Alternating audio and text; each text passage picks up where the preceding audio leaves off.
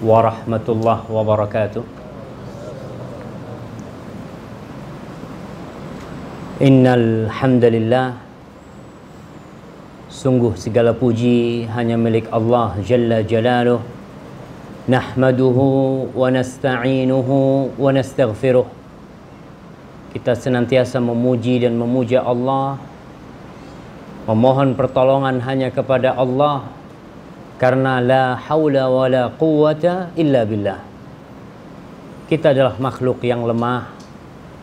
Tanpa bantuan Allah, hidup kita akan penuh dengan kesengsaraan.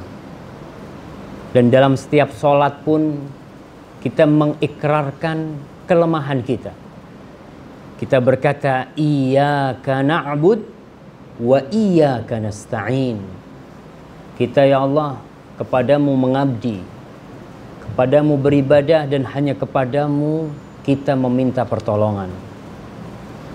Karena memang kita memerlukan pertolongan Allah Jalla Jalaluh, sebagaimana kita memohon ampun atas segala dosa-dosa kita.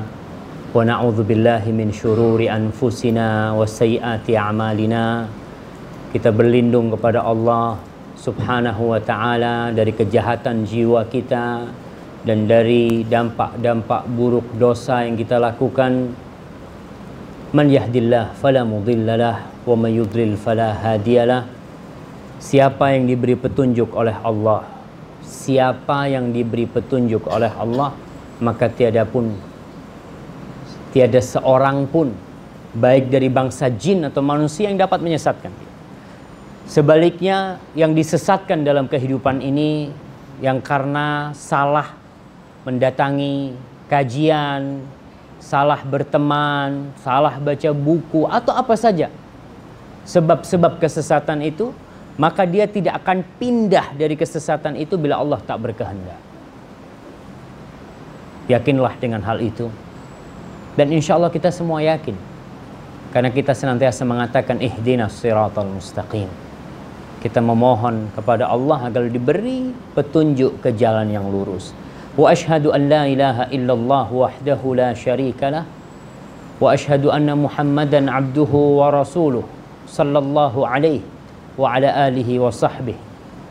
Dan saya bersaksi bahwa tiada ilah yang berhak untuk disembah kecuali Allah Jalla Jalaluh. Dia esa, tiada sekutu bagi Allah.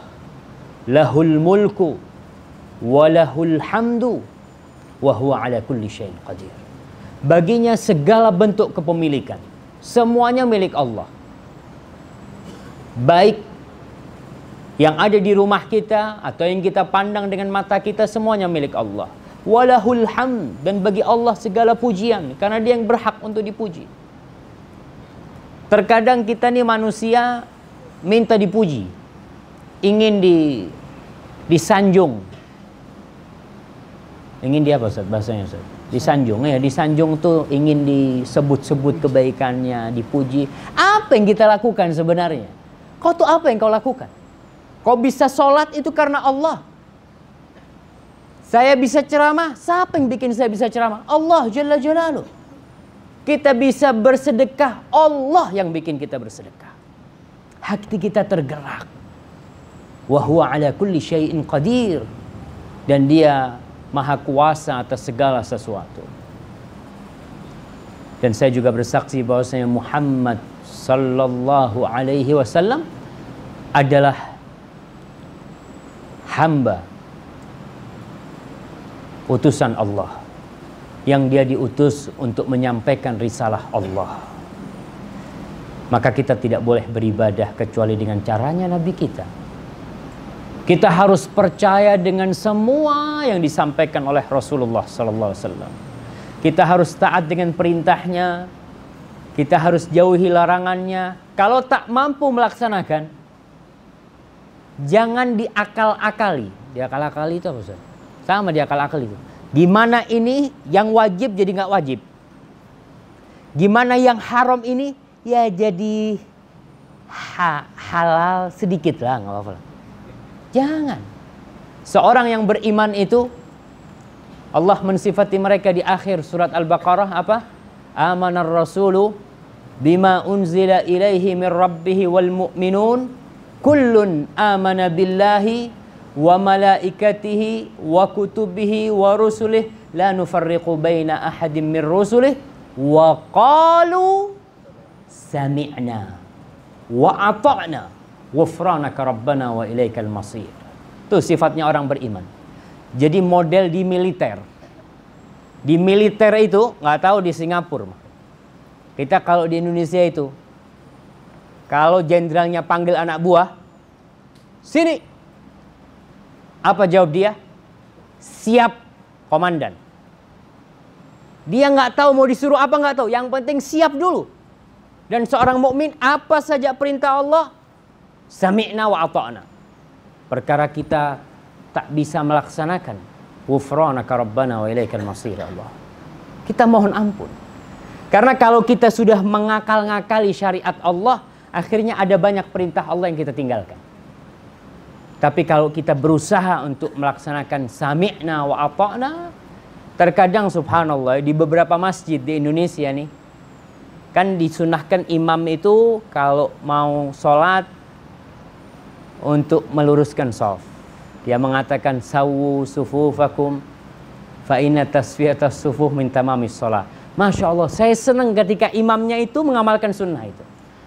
Makmumnya secara serempak mengatakan sami'na wa ata'na, tapi shafnya tetap jauh-jauh. Jadi saya berpikir, tuh sami'na wa ata'na itu bukan ucapan, itu perbuatan sebenarnya. Jadi mereka itu shafnya tetap nggak ada yang rapat. Tapi perkataannya sami'na wa ata'na. Allahu Akbar ya. Kita benar-benar sami'na wa ata'na. Kalau tak mampu, karena terkadang sebagian orang tak bisa melaksanakan perintah Allah. Karena ada kondisi. Dan kita lihat Imam Ahmad bin Hanbal. Ketika dia dipenjara oleh penguasa pada waktu itu. Tatkala azan dikumandangkan, beliau itu berdiri dari tempat istirahatnya. Di penjara, di jail ya. Dia berdiri menuju ke pintu penjara. Dia dengar azan di luar. Dia mengatakan, ya Allah, aku hanya bisa jawab engkau sampai sini ya Allah. Dia jawab tuh panggilan Allah. Tapi dia cuma bisa sampai situ, nggak bisa dia keluar dari penjara. Tapi dia tetap bagaimana dia ingin sami'na wa ata'na. Nggak ada ucapan, ya anak kan di penjara, anak nggak bisa tuh. Tapi tetap dia berusaha. Bagaimana dia menjawab panggilan Allah Subhanahu wa Ta'ala.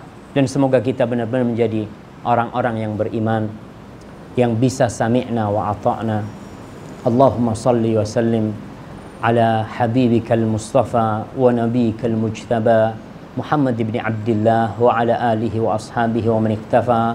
Semoga salawat itu bersambung untuk Rasul sallallahu alaihi wasallam, untuk keluarganya, untuk istri dan anak-anaknya, dan untuk sahabat-sahabat Rasul sallallahu alaihi wasallam. Amma ba'd. Tajuk kita hari ini masalah hati.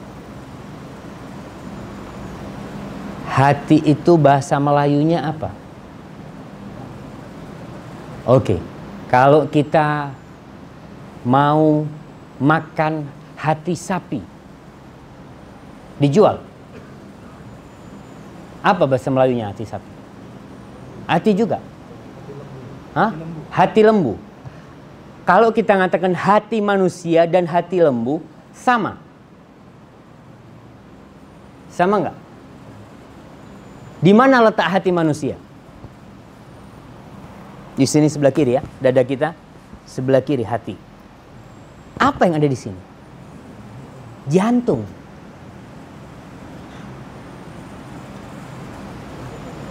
Kalau bahasa Inggrisnya jantung apa, Ustaz? Heart. Iya. Heart.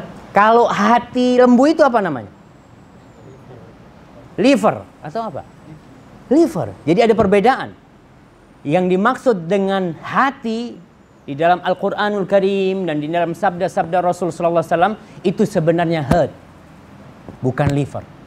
Orang kalau bilang sakit hati mesti dia taruh di dadanya, nggak taruh di livernya dia. Livernya di mana? Hah? Anak nggak tahu lah, sebelah sini. Tapi yang jelas ketika orang bilang sakit hati yang dia maksud adalah jantungnya. Itulah sabda Rasul sallallahu alaihi wasallam, Ala wa inna fil jasadi mudghah. Idza salahat salahal jasadu kulluh wa idza fasadat fasadal jasadul kulluh ala wahyal qalbu. Kata Rasul sallallahu alaihi wasallam, di tubuh manusia ini ada mudghah, itu segumpal darah. Bukan, daging. Kalau darah itu alaqah, itu baru darah. Dan liver kita dari darah. Beda dengan jantung kita. Rasul mengatakan di tubuh kita itu ada sepotong daging. Kalau daging itu sehat, kalau daging itu baik, maka seluruhnya akan baik. Daging itu, subhanallah. Tapi kalau dia rusak, sakit tuh jantungnya, maka seluruh tubuhnya sakit. Ma'asyiral muslimin rahimakumullah, yang dimaksud dengan sepotong daging itu adalah al-qalbu. Yang bahasa Indonesianya jantung. Qalbu itu jantung ya. Benar nggak jamaah? Hati, ketika seorang berbicara tentang hati, sebenarnya dia berbicara tentang jantung. Dan kita lihat,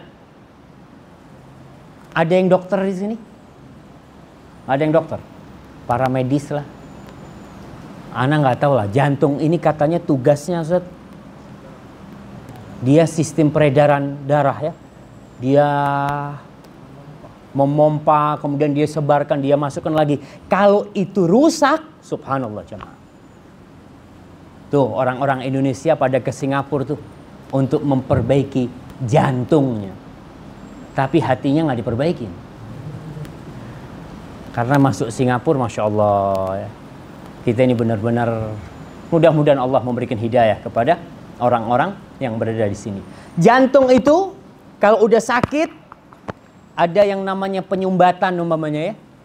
Ada penyumbatan, kemudian pompanya terlalu keras sampai pecah.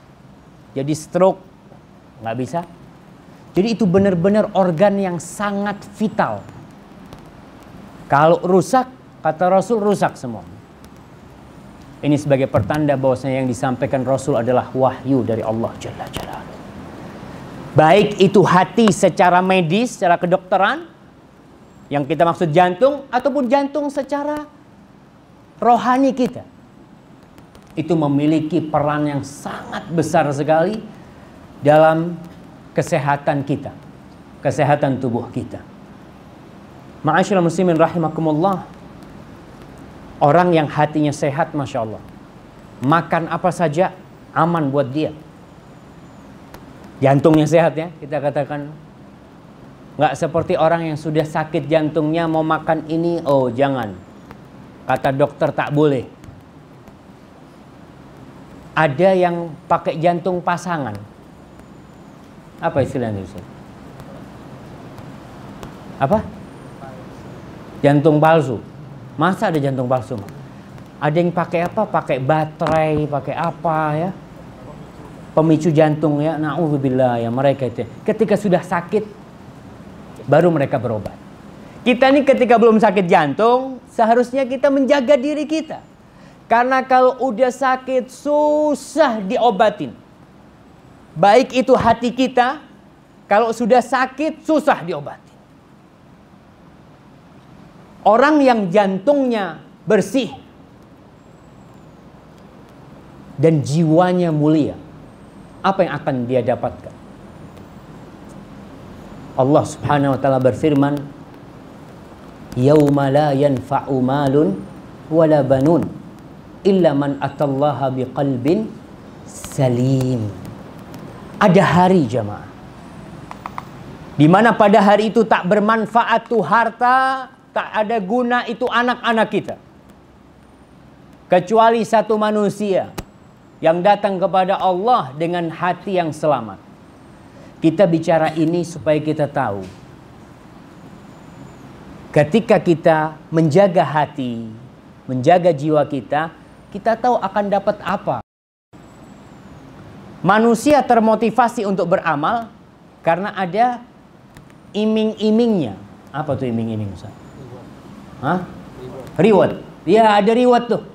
Kayak antum mah, kalau kerja nggak digaji.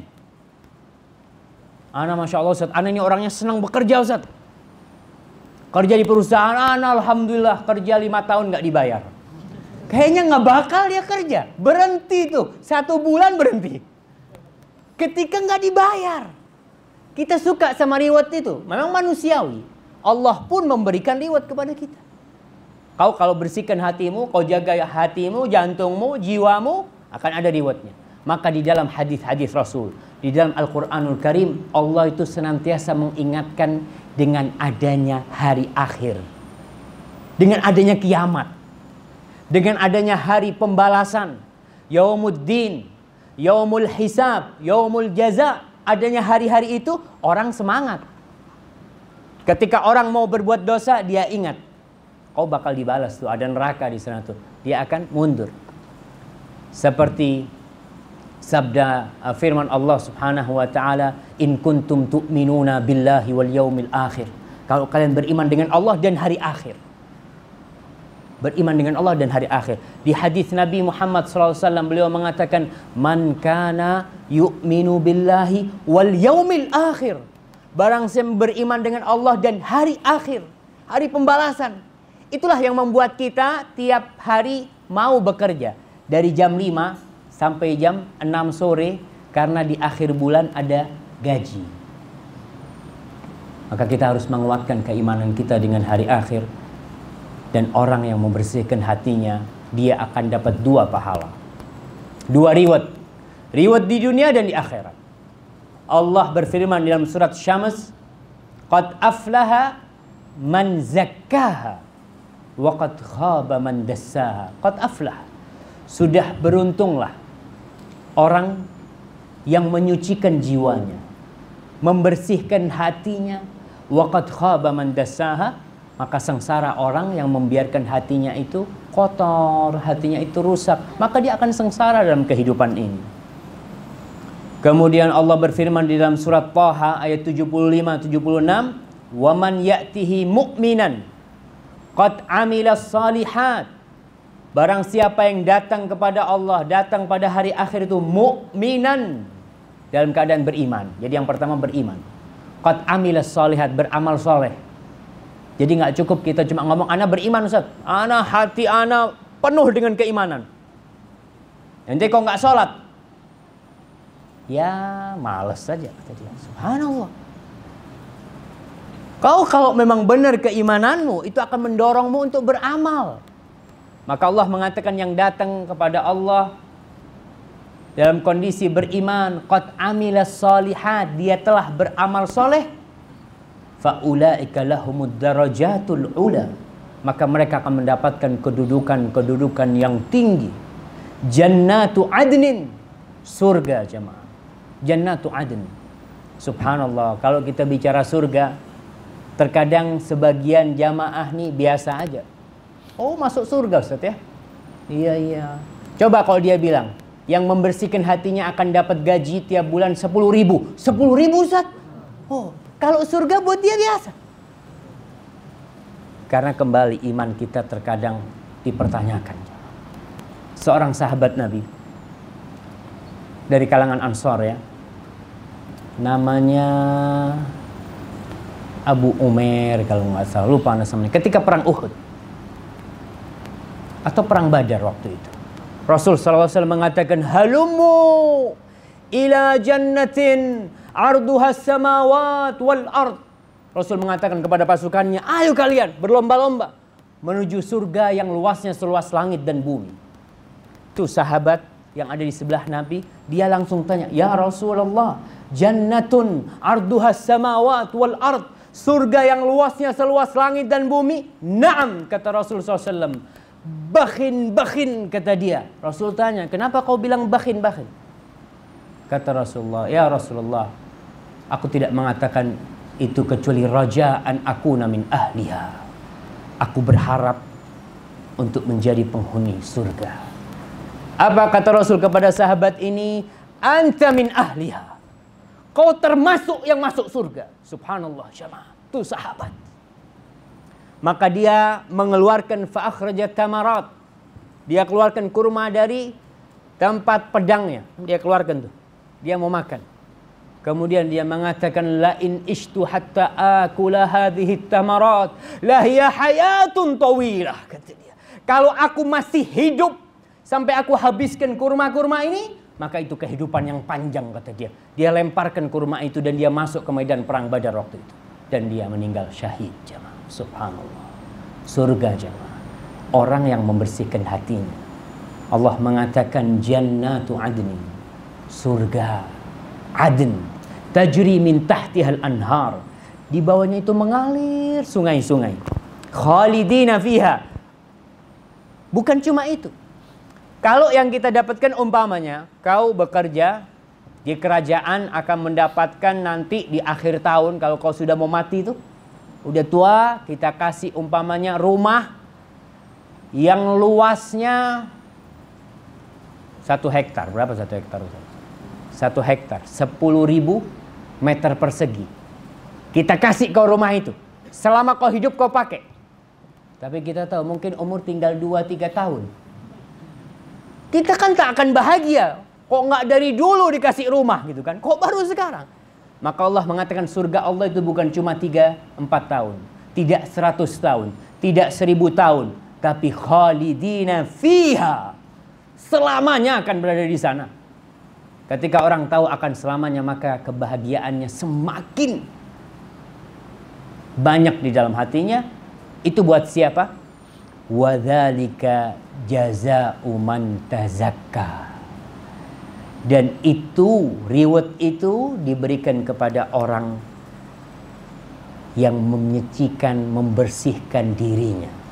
Subhanallah jemaah. Kemudian kalau kita jaga makanan kita, kita makan yang sehat, kita olahraga, kita lari tiap hari. Kira-kira yang sehat, kalau ana yang melakukan itu, kira-kira yang sehat ama ana apa Ustaz Saifuddin? Masa ana yang olahraga, beliau yang sehat? Nggak mungkin lah. Orang itu akan mendapatkan apa yang dia amalkan.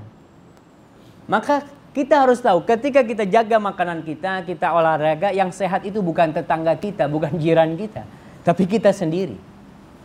Maka Allah mengatakan, وَمَنْ تَزَكَّى فَإِنَّمَا يَتَزَكَّى لِنَفْسِهِ.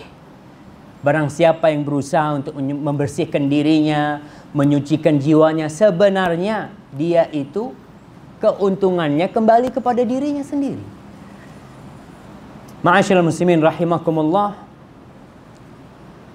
Dalam hadis riwayatkan Imam Bukhari, Rasul sallallahu alaihi wasallam mengatakan tentang orang yang masuk surga. Orang masuk surga kan nggak sekaligus. Kita nanti akan dibangkitkan dari kubur kita, digiring ke padang mahsyar. Di situ ada haud, ya, mentari yang mendekat. Kemudian amal kita akan ditimbang. Nanti akan ada pembagian kitab-kitab rapot. Lalu kita digiring menuju ke neraka jahanam. Yang di situ ada sirat untuk menuju ke surga Allah Subhanahu wa taala. Rasul alaihi salatu wassalam mengatakan, awwalu zumratin yadkhulunal jannah. Kelompok pertama yang masuk surga. Bagaimana mereka itu? Rasul mengatakan, la ikhtilafa bainahum wala tabaghud. Tidak ada kegaduhan di antara mereka. Tidak ada percekcokan di antara mereka. Ini perselisihan itu bermuasal dari mana? Dari hati. Wala tabaghud, tidak ada saling benci di antara mereka, nggak ada. Qulubuhum ala qalbi rajulin wahid. Hati mereka seperti hatinya orang satu. Saling mencintai, saling menyayangi. Itulah orang yang pertama kali, kelompok pertama kali masuk surga. Dan kita tahu Rasul sallallahu alaihi wasallam mengatakan, walladzi nafsi biyadihi. Rasul mengatakan, demi yang jiwaku berada di tangannya. La yu'minu ahadukum hatta yuhibba li akhihi ma yuhibbu li nafsihi. Kalian tidak akan dikatakan beriman sampai engkau cinta dengan saudaramu seperti kau cinta dengan diri sendiri. Subhanallah. Kita ini sama saudara, kita ini saudara semuanya. Sebenarnya satu badan dalam jiwa yang banyak, tapi badannya satu. Maka kata Rasulullah SAW, seorang mukmin itu idza ishtaka minhu udhun, kalau tangannya kena duri, tangannya kena, betul kena duri saja. Tahu kena duri atau kena paku, dia akan saling membantu. Badannya semua akan sakit. Bahkan secara medis dikatakan, Rasul ketika mengatakan seorang mukmin itu kal jasadil wahid, seperti satu tubuh. Idza ishtaka minhu udhun tada'a lahu sa'irul jasad bisahri wal humma. Seperti satu badan nih, kalau ada yang sakit, seluruh tubuhnya itu akan berusaha untuk merasakan sakit dia. Dia malam tak bisa tidur. Dia merasa panas, umpamanya sini yang sakit. Secara medis dikatakan darah itu semua mengalir ke tempat ini untuk menyembuhkan dia. Berusaha untuk luka yang terjadi di sini cepat nutup. Itu secara medis, dan Rasul memisalkan dengan hal itu. Nggak mungkin orang umpamanya kakinya sakit, nggak bisa tidur. Ente kenapa kok nggak bisa pejamkan mata? Kaki ana sakit. Ya, yang sakit kan cuma kakinya. Kenapa matanya tak bisa tidur? Karena kita satu badan. Nggak bisa tuh orang tidur kakinya sakit. Maka seorang mukmin tatkala saudaranya sakit, dia tak bisa tidur. Dia memikirkan saudara. Dia tak nyaman sendiri sedangkan saudaranya susah.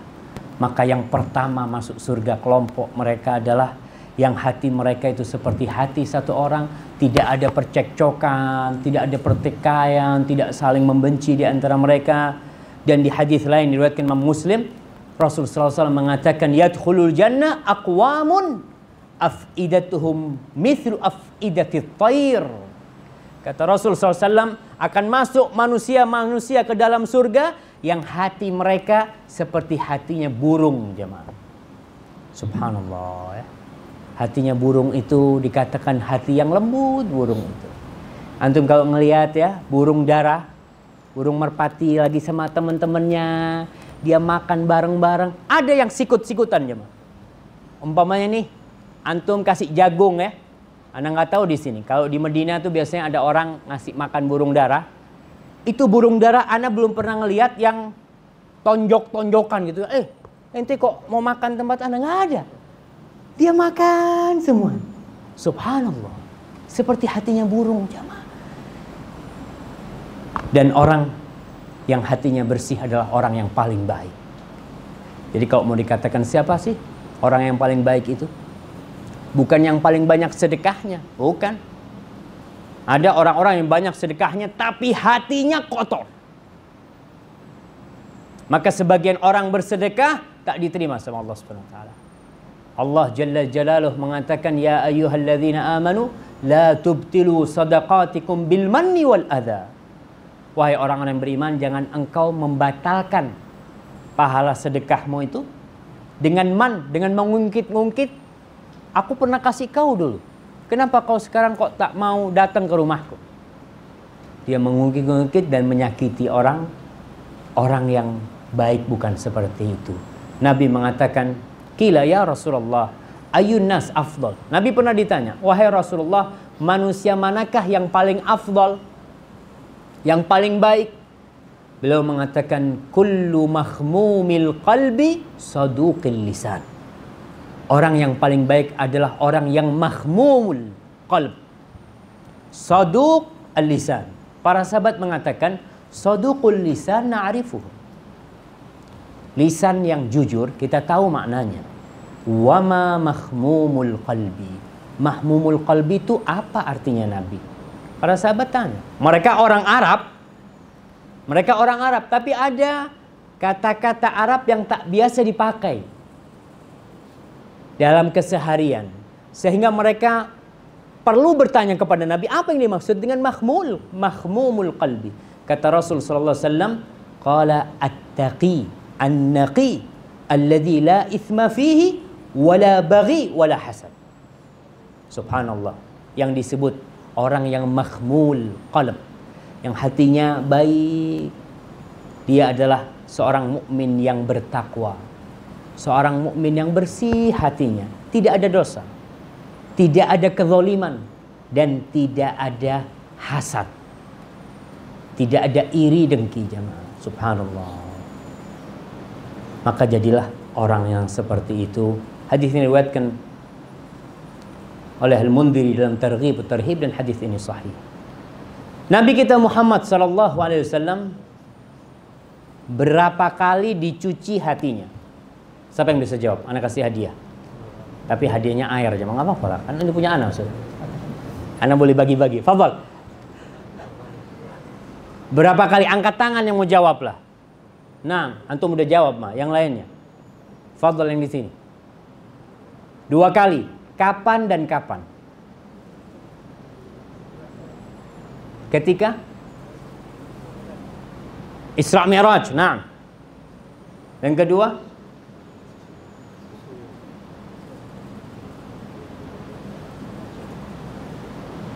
kapan jamaah? Ketika beliau di kampungnya Halimah. Nah, nggak apa-apa, kita kasih hadiah. Fadhal, kasih air. Insyaallah. Iya, yang pertama ketika beliau masih dalam pengasuhan Halimah As-Sa'diyah di kampungnya sana. Datang tuh malaikat Jibril. Dibelah tuh dadanya. Dikeluarkan kotoran dari hati Rasul sallallahu alaihi wasallam. Dari jantungnya kita bicara ya. Ada kotoran hitam dikeluarkan, dibedah, lalu dicuci, dibejana dari emas dengan air Zam-Zam. Dan hati itu dimasuki hikmah-hikmah. Jadilah, dari kecil berarti kita harus menjaga hati kita. Kita mah nggak bisa sekarang mau operasi, dok. Tolong dok, ini anak sering digoda sama setan, dok. Nggak bisa sekarang. Itu khusus untuk Rasul Sallallahu Alaihi Wasallam. Dan dibelah nyata jamaah. Nyata dibelah dan ada jari di dada Rasul Sallallahu Alaihi Wasallam. Anas bin Malik melihat hal itu. Dan ketika beliau hendak berjumpa dengan Sang Pencipta untuk naik Isra Mi'raj, hati beliau dicuci kembali. Umurnya berapa waktu itu? Sekitar berapa Ustaz? 50 tahunan lah ya. Sebelum beliau hijrah, ketika menerima wahyu wajib sholat, beliau dibelah lagi dadanya, sama dibersihkan, kemudian baru berangkat ke Sidratul Muntaha. Itu Rasul Sallallahu Alaihi Wasallam. Karena beliau akan menyampaikan amanah yang begitu agungnya, maka kita harus berpikir bagaimana cara membersihkan hati kita. Ma'asyiral muslimin rahimakumullah. Ada 2 penyakit hati yang membuat hati kita sakit nih. Kalau secara medis, orang yang jantungnya sakit itu biasanya pola hidupnya, pola makannya tidak baik. Dia makan semua, dia makan. Dia tak pilah-pilah dia makan. Yang kedua, tak olahraga. Maka dia akan sakit. Udah makan macam-macam, tak ada olahraga lagi. Adapun hati kita itu sakit karena 2 penyakit. Yang pertama penyakit syubuhat. Syubuhat ini apa bahasa Melayunya Ustaz? Keraguan-raguan, kerancuan, apa? Samar-samar. Yang kedua syahwat. Penyakitnya itu 2, kerancuan-rancuan. Manusia ini ada 2 macam. Ada manusia yang ahli ibadah, ada manusia yang condong kepada kemaksiatan. Kalau yang ahli ibadah dikasih kemaksiatan nggak condong dia. Na'udzubillah, na'udzubillah, nggak mau dia. Diajak berbuat dosa nggak mau. Tapi iblis datang dengan memberikan kerancuan kepada dia dalam agamanya. Dia ibadahnya udah baik. Bagaimana ibadahnya itu keluar dari Islam yang benar. Seperti contohlah kelompok-kelompok yang ngebom bunuh diri, ngebom sana, ngebom sini. Itu karena syubuhat. Karena hatinya sakit dengan penyakit syubuhat. Dikatakan kau kalau ngebom langsung masuk surga. Masya Allah. Enak banget masuk surga kayak gitu. Orang kita aja bunuh diri sendiri itu masuk neraka. Apalagi bunuh orang lain. Orang yang bunuh dirinya sendiri dalam Islam itu akan masuk neraka. Dia punya tubuh sendiri, bukan punya orang. Bagaimana kalau dia membunuh orang lain yang tak halal darahnya untuk dibunuh? Itu pemikiran, artinya penyakit yang lewat pemikiran, syubhat. Aliran-aliran yang ada ya, seperti model di Indonesia itu pernah ada seorang ngaku jadi nabi. Namanya Ahmad Musaddiq. Tahu semua Ahmad Musaddiq? Ngaku jadi rasul. Yang saya nggak heran, ada orang-orang yang memang digoda sama setannya. Yang saya heran banyak yang ikut. Kok bisa tuh ikut ngaku rasul ikut? Pakai dasi rasulnya itu, masya Allah, pakai jas. Dapat duit dari mana dia nggak tahu. Tapi yang jelas musuh-musuh Islam berbuat di sini. Itu penyakit syubhat berat jamaah. Karena orang kalau kena penyakit syubhat, dia mengira yang dia lakukan benar. Kalau orang kena penyakit syahwat, dia tahu dosa yang dia lakukan. Ente kenapa umpamanya main judi? Ya Allah, bas ana doakanlah mudah-mudahan dapat hidayah. Tapi kalau orang yang kena syubhat, ente kenapa ikut teroris itu? Ini yang benar kata dia. Susah mau kasih hidayah dia. Karena dia meyakini yang kemudian itu paling bahaya, fitnah syubhat. Dan kita berdoa semoga kaum muslimin diberi hidayah oleh Allah Subhanahu wa taala. Karena fitnahnya teroris, khawarij ini sangat berat sekali dan dia mencoreng nama Islam.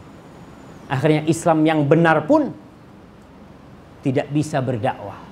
Gara-gara perbuatan orang-orang yang tidak benar. Sekali lagi berkaitan dengan penyakit syubhat ini, Nabi SAW mengatakan, Man qatala mu'ahadan lam yaruh raihatal jannah. Barang siapa membunuh orang kafir yang ada perjanjian dengan orang Islam, nggak bakal nyium bau surga. Tadi katanya dia bom bunuh diri langsung masuk surga. Nabi mengatakan nggak bakal cium bau surga, nggak akan cium dia. Apalagi mau masuk surga. Maka hati-hati dengan penyakit ini. Dan penyakit ini di dalam surat Al-Baqarah ayat 10 Allah berfirman, fi qulubihim maradun fazadahumullahu marada walahum adzabun alimun bima kanu yakdzibun. Orang-orang munafik di dalam hati mereka ada penyakit dan Allah tambah tuh penyakit. Maka semakin susah untuk dapat hidayah karena mereka menyimpang, Allah simpangkan mereka. Kalau dia mau cari kebenaran, niscaya Allah akan memberikan bimbingan kepada mereka kepada kebenaran itu. Ini berkaitan dengan penyakit syubhat dan kita harus hati-hati, baca buku harus hati-hati, datang kajian, kita paling enggak harus punya basic Quran dan Sunnah. Kita tahu nggak ada nabi setelah Nabi Muhammad. Maka kalau ada orang ngomong aku nih nabi, bohong. Tahu kita. Tapi kalau nggak pernah sekolah, dari mana dia tahu? Dia melihat orangnya soleh. Seperti umpamanya Mirza Ghulam Ahmad yang dari India. Banyak pengikutnya. Kok bisa? Karena kita tak punya ilmu. Jadi untuk syubhat, caranya dengan ilmu, dengan belajar yang benar. Adapun syahwat ini yang dimaksudnya syahwat dunia. Allah Subhanahu wa taala berfirman, ya nisa an-nabi lastunna ka ahadin minan nisa. Wahai istri-istri Nabi, kalian ini enggak sama dengan wanita-wanita lain. Tak sama kalian. Ini taqaitunna, kalau kalian bertakwa. Fala takhda'na bil qaul. Jangan melembah lembutkan perkataan. Fayat ma'alladhi fi qalbihi marad. Maka orang yang di hatinya ada marad, ada penyakit, dia akan berambisi. Suka sama kita. Jadi perempuan nih kalau ngomong sama lelaki, jangan ahlan, apa kabar? Tuh laki Masya Allah, nih kayaknya mau nih. Orang yang punya penyakit kalau ngomong nggak boleh perempuan. Kalau ngomong sama lelaki yang tegas. Lelaki yang bukan mahramnya ya. Kalau sama suaminya ya terserah. Karena ada juga suami-suami yang kalau telepon sama sekretarisnya, sama apa, Ahlan, apa kabar? Kalau sama istrinya, iya. Ada apa? Subhanallah. Sama istrinya yang seharusnya dia itu lemah lembut, kebalik. Dia lemah lembut sama wanita lain. Maka perempuan-perempuan kalau ngobrol, dia tak usah, apa istilahnya Ustaz? Kayak merayu-rayu ya. Biasanya itu perempuan kalau suruh belanja, kalau shopping tuh pinter merayu tuh. Ayolah, kata dia, jangan mahal-mahal gitu kan. Itu nggak boleh tuh. Itu yang pedagangnya, yang jaga kedai itu langsung lihat. Iya, nggak apa-apa sudah, itu kan. Allah mengatakan fala takhdo. Istri Nabi nggak boleh. Istri Nabi, apalagi dengan wanita-wanita yang lainnya. Maka yang tegas, kalau bicara yang biasa, kalau telepon sama orang laki, sama tuan-tuan, ya bicaranya tidak usah dengan meliuk-liuk ya. Mendayu-dayu, itulah, nggak boleh. Fayat ma'alladhi fi qalbi, yang di hatinya ada penyakit syahwat tuh langsung tergoda. Langsung tergoda dia. Ma'asyiral muslimin, hati ini bolak-balik. Kalau kita bicara hati ini, subhanallah ya, nggak bisa tetap lurus. Al-qalbu, dinamakan dalam bahasa al-qalbu itu litaqallubihi. Kata Nabi, karena dia memang bolak-balik. Umpamanya nih, kita berangkat haji atau berangkat umroh, udah, ana nggak mau ngomong sama kawan-kawan. Nggak boleh ada yang tahu. Kenapa? Supaya anak ikhlas, anak bisa jaga hati. Sampai di Mekah, selfie dia. Kirim ke mana? Taruh di DP-nya di depan Ka'bah. Semoga Allah mengampuni dosaku. Awalnya kepingin nggak ada yang tahu dia. Tapi satu kampung tahu semuanya. Hatinya subhanallah. Dia pulang, kemudian pulang dari umroh, nggak ada yang tahu. Sampai di sini dia berusaha untuk menjaga hatinya. Anak kepingin gak ada orang tahu. Ketika teman-teman kawan-kawan ngomong masalah umroh, wah sekarang umroh itu panas banget. Oh iya panas banget. Memang anak kemarin itu, dia yang maunya muncul juga. Hati ini jamaah, Allahu Akbar ya. Benar-benar yataqallab, kata Rasul sallallahu alaihi wasallam, mathalul qalbi kamathali rishatin bi ardi falatin yuqallibuha ar-rih dhahran li batnin. Hati itu seperti bulu burung ya di padang pasir. Ada bulu kadangkala, sama bulu burung tuh. Kalau kena angin itu bolak-balik dia. Nggak netep jemaah. Oleh karena itu Rasul sallallahu alaihi wasallam senantiasa berdoa, ya muqallibal qulub tsabbit qalbi ala dinik. Nabi yang udah dicuci hatinya masih mengatakan ya muqallibal qulub tsabbit qalbi ala dinik. Apalagi kita jemaah. Ya Allah, wahai zat yang membolak-balikkan hati, tetapkan hatiku di atas agamamu. Ada nafsu. Para ulama ketika berbicara tentang nafsu, mereka menceritakan bahwasanya nafsu kita itu adalah komandan hati. Nafsu itu pemimpin hati kita. Kalau nafsunya sudah tunduk, hati akan aman. Karena yang memberikan masukan itu nafsu kepada hati kita. Dan Allah mensifati nafsu, innan nafsa la'ammaratum bisu. Sesungguhnya nafsu itu selalu menyuruh kepada kejahatan. Itu tugas nafsu memang seperti itu. Maka kita harus belajar dari bayi. Baby ketika kecil tuh Masya Allah, dia itu nangis, menjerat-jerit. Ketika didekatkan ke tete ibunya, sunyi senyap, tak ada suara. Karena dia mendapatkan apa yang dia inginkan. Jalan lari-lari nangis lagi, digendong sama ibunya, ditaruh. Subhanallah, tak ada suara. Malam hari, lagi tidur nih, anaknya nangis, si ibunya merem, pegang kepalanya, dekatkan. Diam. Subhanallah, nafsu seperti itu. Sampai kapan baby ini akan seperti itu? Sampai kita yang membuat dia tidak seperti itu. Kalau tetap seperti itu, sampai umur 5 tahun dia tetap nyusu sama ibunya. Tapi kita harus berusaha untuk memisahkan dia. Sampai dikatakan an-nafsu katifli. In tuhmilhu syabba ala hubbir rada wa in taftimhu yanfatim. Nafsu itu seperti bayi itu. Kalau tetap disusuin, padahal sebenarnya ketika kita memisahkan dia dari susu ibunya, ada nikmat yang jauh lebih nikmat daripada susu ibunya. Dia ketika nyusu, dia tidak pernah tahu dengan nikmatnya buah cherry umpamanya. Dia tak tahu dengan strawberry, dengan jus-jus yang nikmat. Dia taunya cuma susu. Maka sang ibu biasanya dia akan tega memisahkan anak. Karena apa? Karena dia tahu, nak, ada yang lebih baik, nak. Ada yang lebih baik. Tapi si anak tetap nangis. Memerlukan waktu berapa lama untuk menundukkan si bayi? Ibu-ibu, antum gak usah ikut-ikut lah. Ini urusannya ibu-ibu. Berapa lama ibu-ibu nyapeh si anak itu, berapa lama biasanya? 2 tahun kan? Waktu penyapihan itu, yang anak itu nangis, kadang-kala kurus ya, karena nggak mau makan, itu berapa lama? 1 minggu cuma. Seminggu setelah itu lupa dia dengan susu ibunya.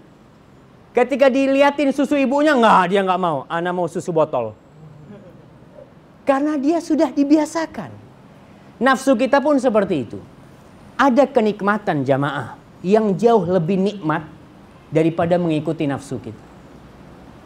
Tapi terkadang kita tak merasakan. Bagaimana cara menempa jiwa kita, menundukkan nafsu kita? Yang pertama, kita harus yakin dan bersabar. Yakin dan bersabar. Kalau kita yakin bisa, insya Allah bisa. Tapi kalau kita ngomong, ya Allah Ustaz, seperti orang yang perokok. Kadangkala perokok itu ingin berhenti merokok. Tapi dia nggak yakin bisa berhenti. Susah Ustaz, nggak bisa berhenti. Ya gimana mau berhenti, orang dia sendiri yang bikin susah. Dia nggak yakin. Orang berhenti merokok yakin, ana bisa, ana yakin bisa. Bisa jamaah, subhanallah. Ana pernah punya teman waktu haji tahun berapa? Ketika haji, dia ngomong, Ustaz, ana ini meninggalkan yang haram-haram lainnya, masa ana masih merokok? Ana mau berhenti rokok, Ustaz.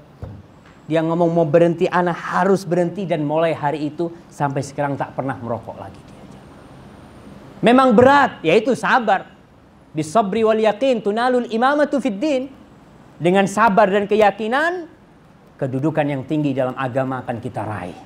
Tapi kalau dengan malas-malesan, ya umpamanya kita ke masjid jamaah. Terkadang buat kita, Ustaz, masjidnya jauh, Ustaz, capek jalan.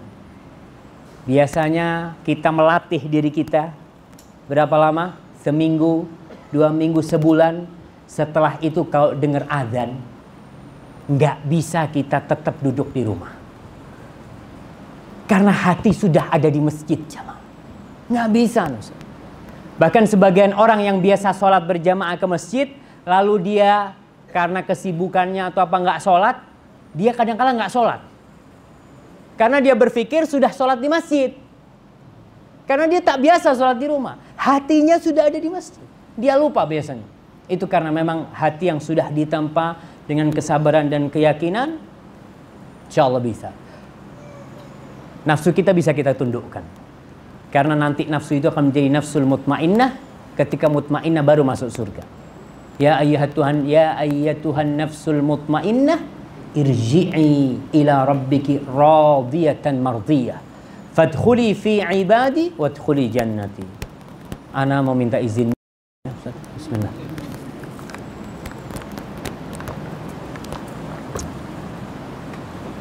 Itu Allah akan memasukkan seorang hamba ke surga ketika hatinya sudah, jiwanya mutmainnah. Kalau tadi contoh bayi, contoh yang lebih ekstrim nih. Burung elang. Para ulama memisalkan jiwa itu seperti burung elang. Antum tahu burung eagle itu? Ada yang bisa dipegang sama orang, ditaruh di tangannya, dilemparkan, suruh berburu kelinci ya, dia pegang, dia bawa ke majikannya, subhanallah. Kok bisa?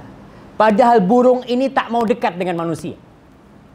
Dulunya kelihatan manusia dia terbang. Bahkan dia tak mau tinggal di dekat tempat yang banyak manusia. Dia tinggalnya jauh di gunung-gunung, di tengah hutan. Tapi setelah ditempa, dididik, itu burung bisa berhenti di tangan kita, jemaah. Ketika kita lemparkan, dia pegang kelinci, dia tak makan tuh kelinci. Dia cuma tangkap. Dia tahu nih buat majikanku. Majikanku yang baik sama aku kasih dia ini. Arnab. Sini Arnab. Arnab, bahasa Arab Arnab. Masya Allah ya. Di Singapura kelinci Arnab. Ana minum lagi Ustaz, nggak enak. Iya, Arnab. Kalau Arnab jadi burung elangnya kita ganti soker. Bahasa Arabnya itu soker, burung elang itu. Jadi itu soker tuh, biar antum tahu bahasa Arab juga lah. Itu ditaruh di tangan jamaah. Deket sama kita dia. Nggak mau gigit kita, nggak mau dia. Bahkan dilepas, dilemparkan, dia datang lagi. Begitu pula jiwa kita. Bisa kita tundukkan. Yang awalnya dia suka dengan kemaksiatan, suka berbuat dosa, kita bisa tundukkan dia sehingga dia tidak suka kecuali dengan ketaatan kepada Allah Subhanahu wa taala. Dia mungkin yang biasa berbuat dosa, maka dia akan ganti dengan subhanallah walhamdulillah wala ilaha illallah wallahu akbar. Tuh, dia kalau baca itu tenang hatinya.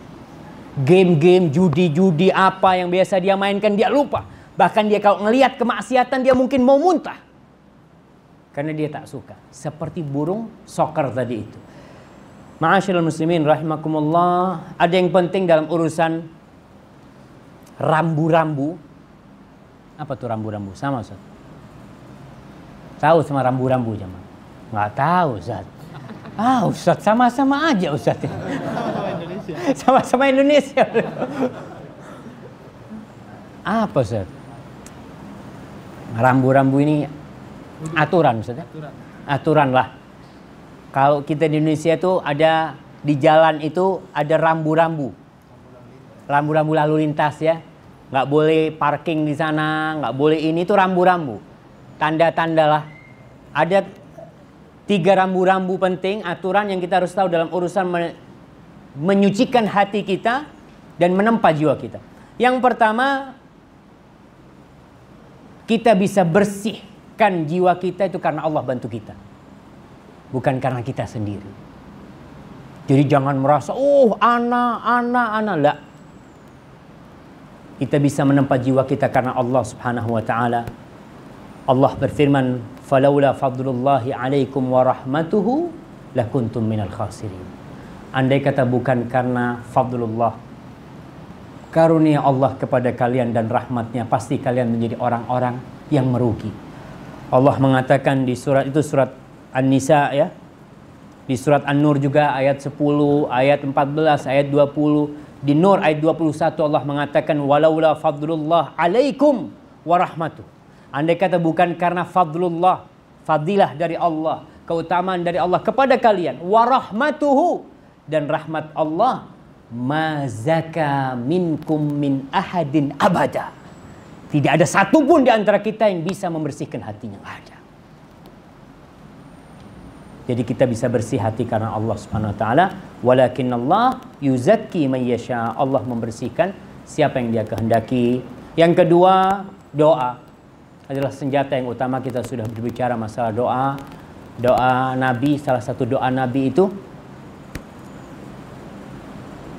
ya muqallibal qulub tadi itu. Kemudian doa Rasul sallallahu alaihi wasallam, Allahumma ati nafsi taqwaha wa zakkiha anta khairu man zakkaha anta waliyuha maulaha. Itu doa Nabi. Hafal semua. Coba kita baca tuh. Allahumma ati nafsi taqwaha wa zakkiha anta khairu man zakkaha anta waliyuha wa maulaha. Masya Allah, udah hafal semua tuh. Masya Allah, sekali langsung hafal. Alhamdulillah. Itu artinya Allahumma ati nafsi taqwaha. Ya Allah, berikan kepada jiwaku ketakwaannya, dan zakiha, sucikan dia. Kau sebaik-baiknya menyucikan jiwa itu. Anta waliyuha maula, kau yang memiliki jiwa itu ya Allah. Kau yang mempunyainya, maka kau yang bisa membersihkannya. Itu doa. Kemudian yang ketiga, rambu-rambu yang ketiga yang penting, bercermin kepada Nabi. Nabilah uswah hasanah. Karena ada orang yang menyucikan jiwanya dengan cara-cara tak islami, tapi seakan-akan islami. Seperti orang yang tak mau makan daging. Enggak. Ada kelompok yang mereka tak mau makan daging. Ana mau makan rumput saja. Insya Allah. Supaya hatinya bersih. Nggak bisa. Rasul SAW makan daging. Kalau ada ya, kalau ada Nabi. Kalau ada Nabi makan daging. Nggak ada ya Nabi puasa. Jadi kalau ingin membersihkan jiwa kita, menata hati kita, maka caranya gimana Rasulullah menata? Jangan bikin aturan-aturan baru. Umpamanya aku ingin menyucikan hatiku dengan bersemedi di sebuah, di mana di sana semedi? Di gua dia semedi. Kenapa? Aku ingin membersihkan. Nggak ada tuh dalam Islam. Ustadz, Nabi itu dulu bersemedi tuh di gua Hira. Beliau ketika itu sebelum datang wahyu. Setelah datang wahyu selesai. Nabi nggak berangkat lagi kemana? Ke gua Hira lagi, nggak ada. Itu tahannut yang memang ada di agama sebelumnya dan sekarang udah diganti di dalam Islam. Yang ingin membersihkan hatinya dengan bersemedi di mana? Di masjid i'tikaf. I'tikaf, berpisah dari dunia. Naam. Kita berangkat ke masjid i'tikaf. I'tikaf ke masjid 10 hari Ramadan, tapi tetap Facebook. Nah, ente memang di masjid badannya, tapi pikirannya ada di luar sana. Nggak boleh, berhenti semuanya. Kalau memang benar-benar i'tikaf, ya i'tikaf. I'tikaf itu mentahbis, menghabis, memenjarakan diri ya, memenjarakan tubuhnya di masjid, hatinya kepada Allah. Itulah orang kalau ingin caranya Nabi, ya itu ada i'tikaf di masjid, bukan i'tikaf di gua aja mah. I'tikafnya di masjid. Gimana Ustaz waktunya Ustaz? Boleh lanjut jemaah? 10 menit lagi. Kalau tadi itu rambu-rambunya, aturannya, gimana langkah-langkah supaya hati kita bersih. Yang pertama, membenahi tauhid. Tauhid kita. Soalnya akar hati kita ini sebagai tempat tumbuhnya akar. Hasilnya, buahnya itu ya amal perbuatan kita. Kalau hatinya bersih dengan tauhid, maka semua amalannya insya Allah akan bersih. Allah subhanahu wa ta'ala berfirman, alam tara kaifa daraballahu mathalan kalimatan tayyibatan kasyajaratin tayyibatin asluha thabitun wa far'uha fis sama tu'ti ukulaha kulla hinin bi'izni rabbiha. Apakah kalian tidak melihat bagaimana Allah memberikan perumpamaan kalimat yang baik? Kalimat yang baik ini adalah la ilaha illallah, kalimat tauhid. Seperti pohon yang baik pula. Asluha thabit, akarnya itu masuk ke dalam bumi. Wa far'uha fis sama, cabangnya, rantingnya itu sampai ke langit. Karena akarnya kuat, dia diterpa angin tetap kokoh jemaah. Karena akalnya thabit. Wa far'uha fis sama tu'ti ukulaha kulla hinin bi'izni rabbiha. Buahnya banyak sekali. Jadi orang yang bertauhid, yang benar tauhidnya, amalnya akan baik. Akhlaknya insya Allah akan mulia. Karena hatinya sudah baik, maka tauhid yang pertama yang perlu diperbaiki. Ibnul Qayyim mengatakan, fa'aslu ma tazku bihil qulub wal arwah wa tauhid. Dan pokok yang dengannya hati dan jiwa bersih itu yang pertama adalah tauhid kepada Allah Subhanahu wa taala. Yang kedua, memperbanyak amalan-amalan sunnah. Dan kita sudah tahu kalau orang banyak amalan sunnah bakal dicintai sama Allah Subhanahu wa ta'ala. Kemudian yang ketiga, keluarkan zakat. Bayar zakat. Karena Allah mengatakan, khudh min amwalihim sadaqatan tutahhiruhum wa tuzakkihim biha. Muhammad, ambillah dari harta mereka itu sedekah, zakat tutahhiruhum, yang engkau dengan zakat itu membersihkan mereka, wa tuzakkihim biha, dan menyucikan jiwa mereka. Jadi orang yang suka bersedekah, dia itu tak takut miskin. Jiwanya ini terkadang cinta sama harta, dan kita cinta sama harta. Ada yang tak suka sama uang di sini.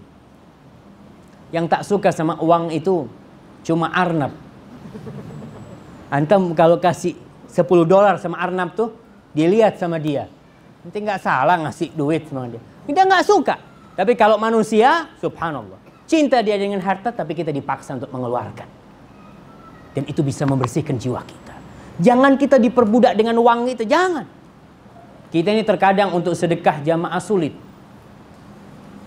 Karena cinta kita dengan harta, tapi ingat itu termasuk jalan untuk membersihkan jiwa kita. Yang keempat, istighfar.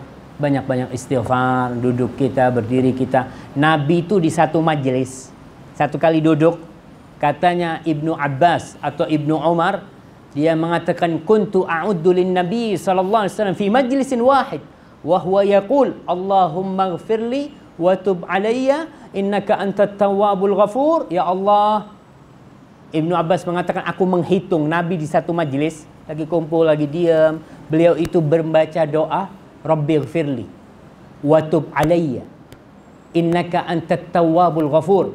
Ya Allah, ampuni aku, berikan taubatmu kepadaku, sesungguhnya engkau Maha pengampun dan Maha penerima taubat. Hafal semuanya? Allahumma, anak kok jadi lupa aja. Allahumma ighfirli wa tub alayya innaka antat tawwabul ghafur. Alhamdulillah, selesai Ustaz. Udah hafal semuanya. Ya, kita bersyukur. Yang kelima, zikrullah. Ala bizikrillah tatmainnul qulub. Zikir, subhanallah jamaah. Antum rasakan sehari lah. Ana mau kasih antum coba sehari. Umpamanya hari Jumat. Antum coba hari itu tak berhenti berzikir.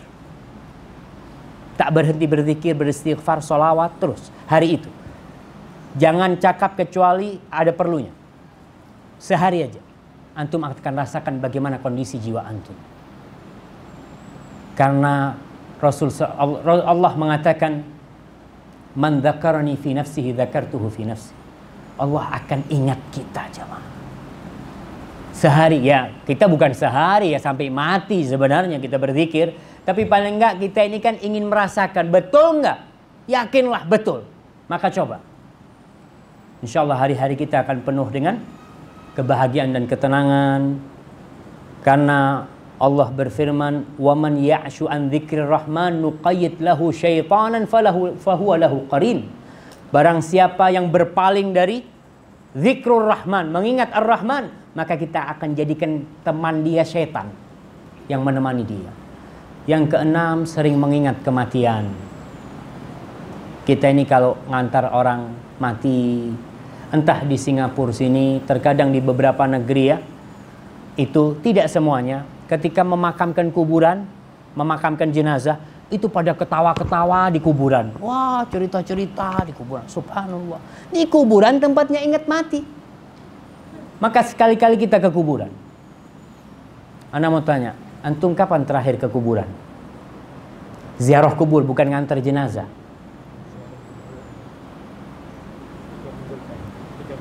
3 minggu yang lalu, Masya Allah, Alhamdulillah. Masih 3 minggu. Ada yang setahun gak ziarah kubur?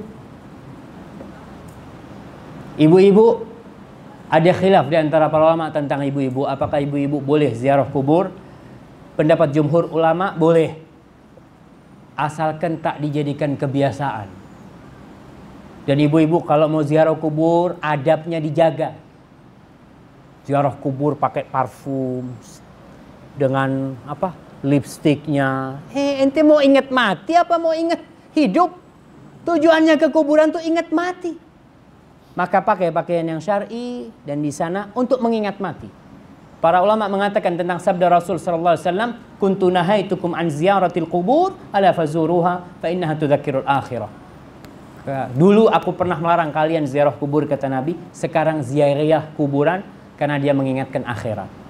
Karena untuk ingat akhirat ini kita boleh ziarah kuburnya orang kafir. Imam Nawawi mengatakan nggak apa-apa, tapi bukan untuk mendoakan, untuk ingat mati. Umpamanya nih, itu ziarah kubur yang tanpa safar ya, tanpa perjalanan. Umpamanya kita tahu di Singapura ini ada orang paling kaya, kemudian mati. Antum ngomong, anak mau datang ke kuburannya, mau lihat. Oh, ternyata duitnya nggak ada yang dibawa, kata dia. Kuburannya cuma segitu. Itu kita akan, Masya Allah ya. Orang yang kaya raya ternyata nggak dibawa mati dunianya. Untuk ingat akhirat kita. Yang ketujuh, tutup segala pintu yang merusak hati. Jadi hati kita ini ada pintu-pintunya. Pintu-pintu hati itu adalah panca indera kita. Mata kita, pendengaran kita. Ya. Kita harus tutup. Jangan melihat yang merusak hati kita. Jangan mendengarkan yang merusak jiwa kita. Jangan. Kita tutup. Karena kalau kita lepas, kita umpamanya mau tahulah ada perempuan lewat, Insya Allah lihat enggak ya, sekalilah lihat ya Allah. Kadang-kala dia ngomong sekali Allah, Bismillah, Subhanallah. Ketika dia buka, tuh langsung masuk ke hatinya. Di dalam sebuah hadis dikatakan pandangan itu adalah sahmun min sihamil iblis al-masmumah. Pandangan itu adalah anak panah iblis yang beracun. Kalau tak beracun, kena sini, lukanya cuma di sini. Sudah, kasih obat selesai. Tapi kalau beracun jamaah, itu mengalir ke semua tubuh kita. Susah sembuhnya.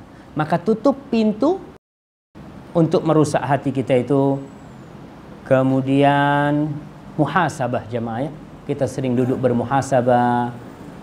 Mengingat apa yang sudah kita lakukan, ingat sama dosa-dosa kita. Allah berfirman, ya ayyuhalladzina amanu taqullah wal tanzur nafsum ma qaddamat lighad wattaqullaha innallaha khabirun bima ta'malun. Wahai orang yang beriman, bertakwalah kepada Allah, hendaklah jiwa itu melihat apa yang telah dia persiapkan, yang telah dia lakukan untuk hari esok dia. Dan yang terakhir, tanda orang hatinya bersih. Apa tandanya? Kita ini tahu hati kita bersih dari mana? Kita tak usah lihat orang lain. Kita lihat diri kita sendiri. Ibnul Qayyim menjelaskan bahwasanya orang yang hatinya bersih, tanda-tandanya dia itu sering bertobat kepada Allah dan kembali kepada Allah. Kalau dia berbuat dosa, dia langsung tobat kepada Allah. Itu berarti hatinya baik, sehat. Kemudian dia tidak berhenti berzikir kepada Allah. Yang ketiga, kalau dia kehilangan ibadah, dia itu akan sedih. Umpamanya, dia ketiduran tak sholat berjamaah di masjid karena tertidur. Dia tuh hatinya, ya Allah, kenapa aku nggak sholat ke masjid? Dia pikir hilang tuh pahala dia, langkah dia. Pahala 27, dia sholat di rumah cuma 1 pahala aku dapat ya Allah. Kalau ke masjid 27 aku dapat. Dia tuh hati orang bersih tuh selalu merasa berat. Tidak seperti orang yang kehilangan duit. Ada orang yang karena hatinya penuh dunia, kehilangan duit, dia susah. Tapi kalau kehilangan sholat, dia biasa-biasa aja.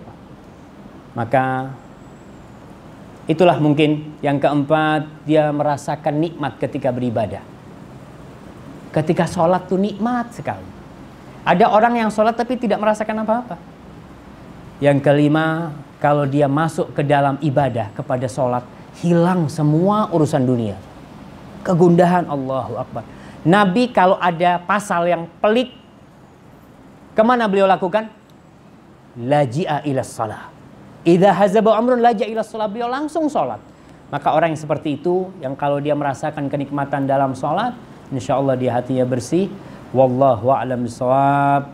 Mungkin itulah yang bisa kita kaji pada kesempatan kali ini.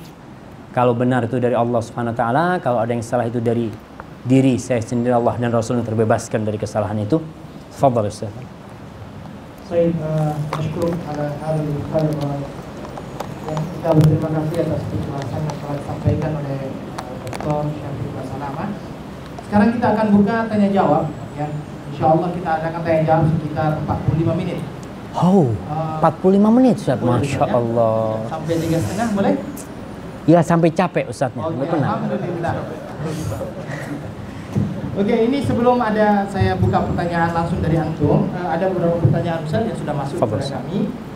Ini dia mengatakan, Assalamualaikum Ustaz, dua daripada anak saya selama ini sudah pun belajar agama, tetapi pemahaman mereka beranggapan bahwa selagi belum tegaknya daulah Islamiyah, tidak ada kewajiban bagi kita untuk melakukan sholat Jumat, Allahu Akbar, menunaikan haji dan boleh menjamak sholat.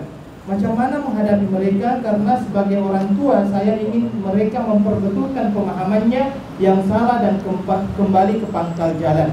Jazakumullah afiduna. Masya Allah, ini penyakit syubuhat ya, penyakit kerancuan dalam agama. Ingat, semua sekte, kelompok sesat itu punya dalil.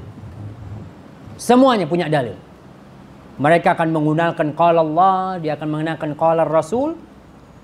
Tapi ingat, pada hakikatnya qala Allah, qala Rasul itu membantah mereka. Tinggal anak kita ini, itulah susahnya jamaah ya. Anak kita harus pilihkan guru yang benar. Saya masih ingat ketika di sekolah dulu punya ustadz tak sholat. Awalnya sholat, tahu-tahu tak sholat. Karena dia sekolah di Stein, di sekolah agama Indonesia, negeri. Dia tak sholat. Anak tanya, Ustaz, kok gak sholat Ustaz? Dia mengatakan, qala Allahu ta'ala. Wah. Allah berfirman, aqimis sholata li dzikri. Dirikan sholat untuk mengingatku. Kalau ana sudah ingat, ada apa sholat? Subhanallah jamaah. Ada dalilnya dari Al-Quran. Kalau orang mau ambil sepotong-sepotong dari Al-Quran, rusak agama ini. Dia ngatakan, ente kenapa nggak sholat? Subhanallah. Ada dulu kelompok zanadiqah. Zindik itu orang-orang yang Islam tapi dia munafik sebenarnya. Dia mengatakan,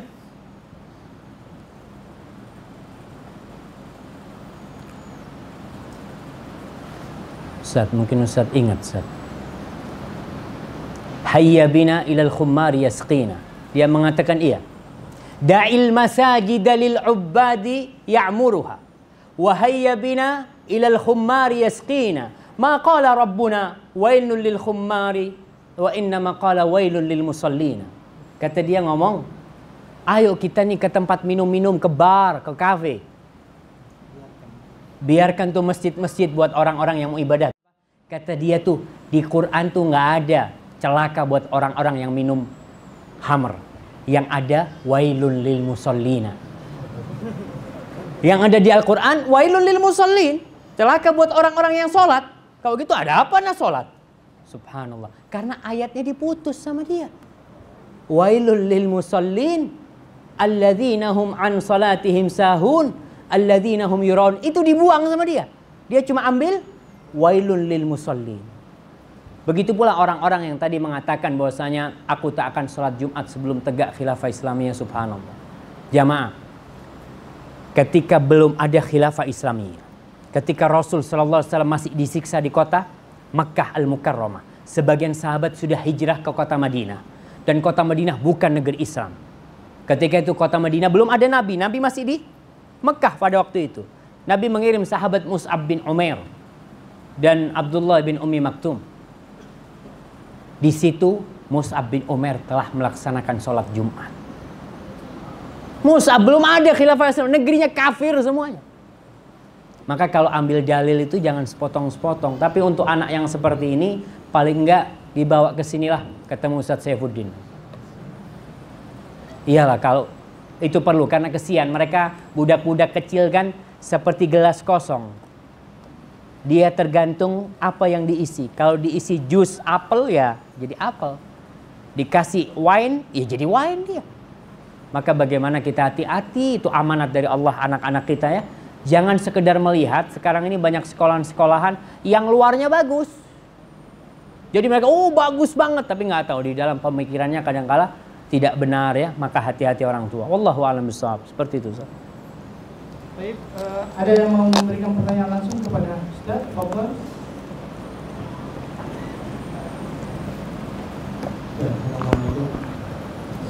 Waalaikumsalam warahmatullahi wabarakatuh. Tapi Saya nak tanya Ustaz pasal bagaimana kita nak solat belakang imam yang mempunyai 3 kelompok.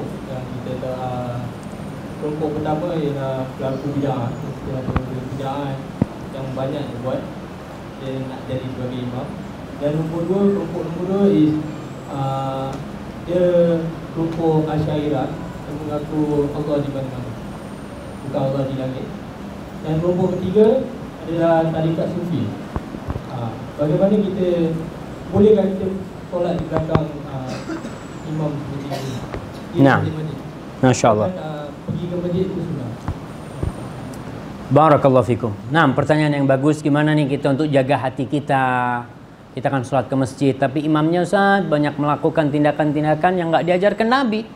Gimana kita sholat? Tadi ada 3 kelompok atau kelompok yang lainnya. Karena kelompok macam-macam.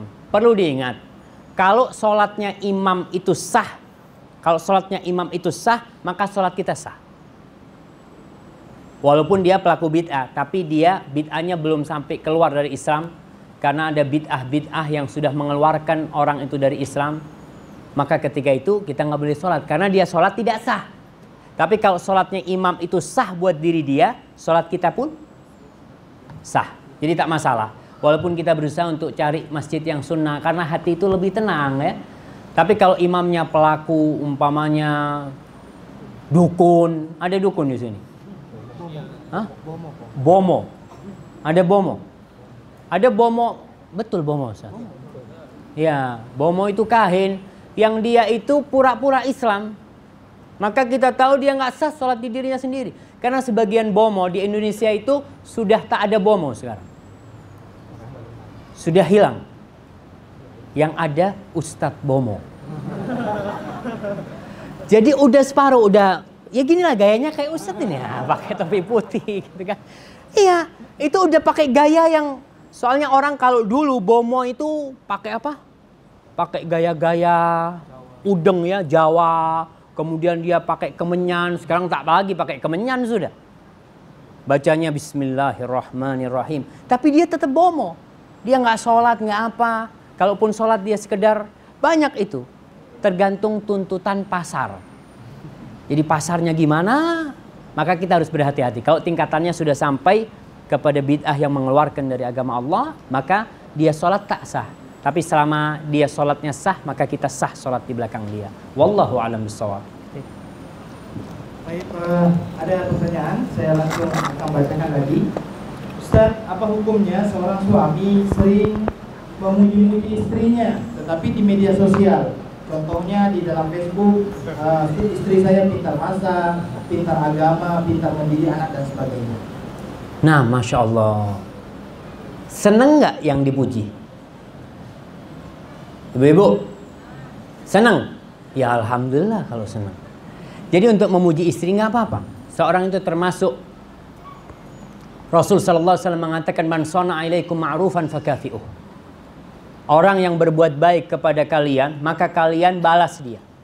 Fa in lam tajidu ma tukafi'una bihi faqulu lahu jazakallahu khairan. Kalau kau nggak dapat untuk membalas dia, maka kau katakan jazakumullah khair. Di dalam riwayat lain Nabi mengatakan ats-tsana. Memuji itu termasuk balasan buat dia. Jadi jangan dipuji-puji di media sosial, di rumah dimarahin. Nah, itu mah nggak benar dia. Jadi sekali-kali memang kita nih umpamanya, subhanallah jamaah ya.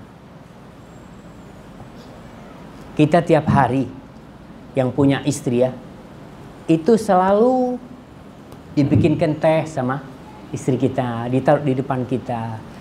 Kita sering nggak? Saya tanya sama ibu-ibu, suaminya ibu-ibu ketika dibikinin teh ngomong terima kasih nggak? Enggak tuh.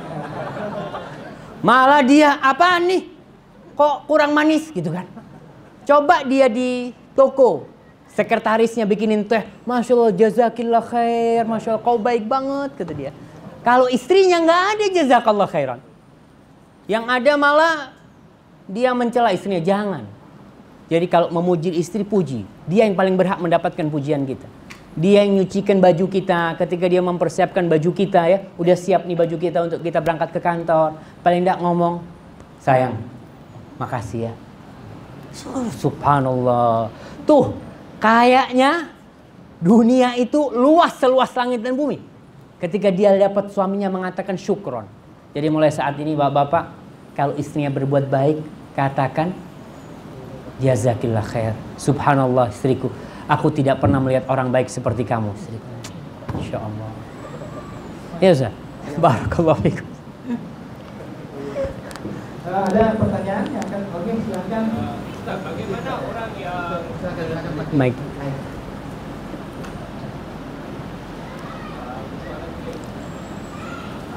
soalan saya adalah orang yang solat, puasa, malahan dah pergi haji, tapi dia buat maksiat dan dia suka mencela orang. Adakah hati dia baik?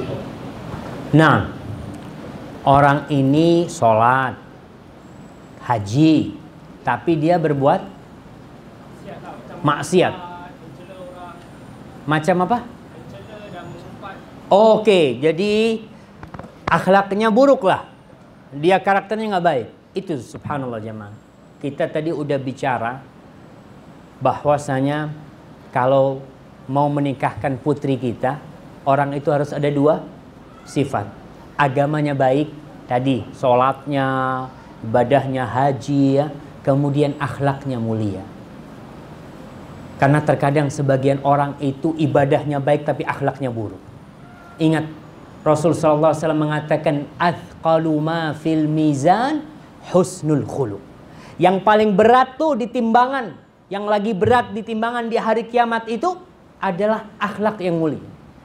Jadi orang yang mengumpat, yang menjelek-jelekan orang itu bisa jadi ibadahnya habis semua ketika ditimbang dengan akhlak buruk dia.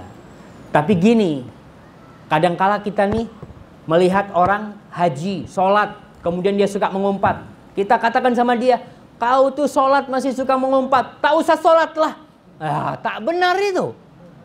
Maka kita jangan katakan tak usah sholat. Cobalah kau belajar dari sholatmu, dari ibadahmu. Kita perlu untuk saling memberikan nasihat. Tapi ingat ya, akhlak yang mulia itu berat di timbangan. Dan salah satu tanda orang hatinya baik, lisannya baik. Jadi omongannya, cakapnya itu baik. Kalau orang cakapnya itu buruk, maka berarti hatinya buruk. Para ulama memisalkan, dalam hadis dimisalkan hati itu seperti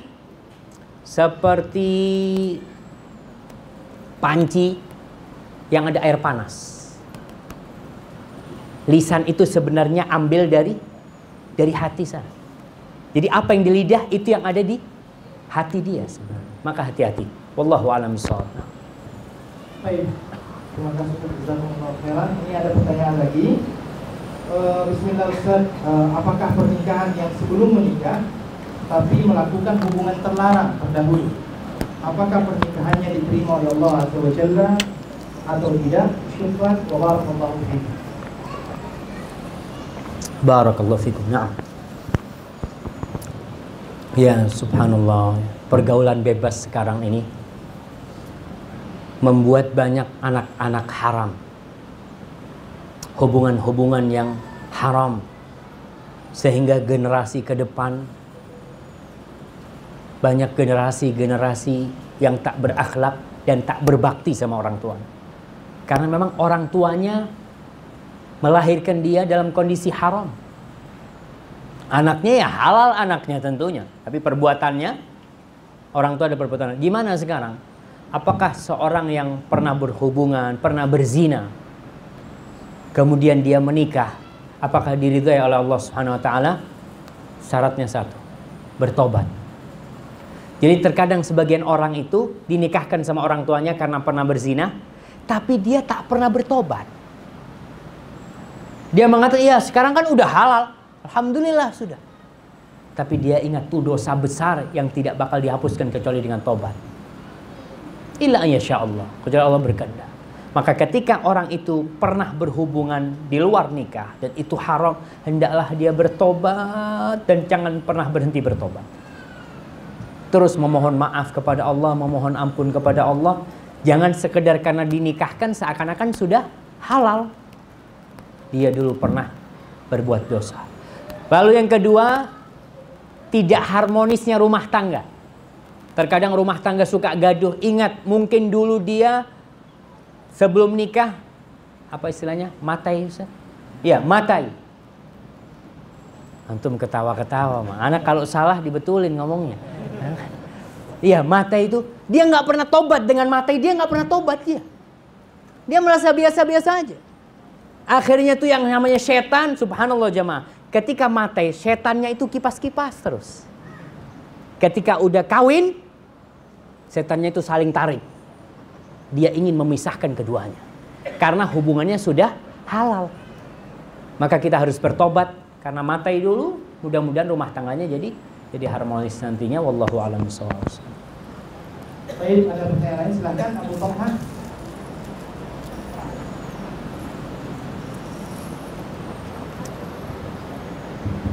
Assalamualaikum. Ada dua persoalan.